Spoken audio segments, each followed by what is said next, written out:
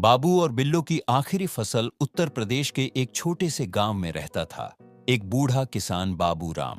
उम्र ढल चुकी थी, आंखों पर मोटे चश्मे, हाथ कांपते थे, लेकिन मन अब भी खेत से जुड़ा था।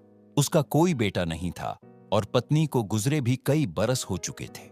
अकेलेपन का एक ही साथी था, उसकी बूढ़ी बिल्ली बिल्लो। बिल्लो उसके साथ खेतों में जाती, वहीं बैठकर धूप सेंकती और कभी-कभी चूहे भी पकड़ लाती। बाबू राम उसे बेटी की तरह मानता था। रोज दूध में रोटी भिगोकर खिलाता और रात को उसी के साथ लेटकर उसे कहानियां सुनाता। बिल्लो, जब तू नहीं रहेगी ना, तो मैं भी नहीं रहूंगा बेटा, वो अक्सर कहता, और बिल्लो अपनी आंखें मिचमिचाकर जैसे सब समझ जाती। पर साल दर साल सूखा पड़ता गया, खेत बंजर होने लगे।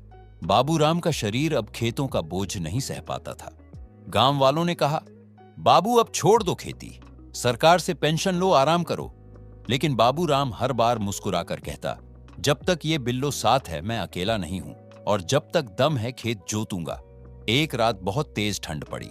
बाबू राम को तेज बुखार हो गया। उसके पास दवा के पैसे नहीं थे और गांव के डॉक्टर ने भी आने से मना कर दिया। बिल्लो उसके पास ही लेटी रही, उसका माथा चाटती रही, जैसे कुछ कह रही हो, तू ठीक हो जा बाबू। लेकिन सुबह हुई और बाबू राम अब कभी न उठने के लिए चुप पड़ा था। गांव वाले आए, देखा बाबू राम ठंड में चल बसा था, और बिल्लो, वो उसके सीने पर चुपचाप लेटी थी, बिल्कुल शांत, बिल्कुल सुस्त। किसी ने उसे हिलाया, पर बिल्लो भी नहीं हिली। दोनों साथ गए थे।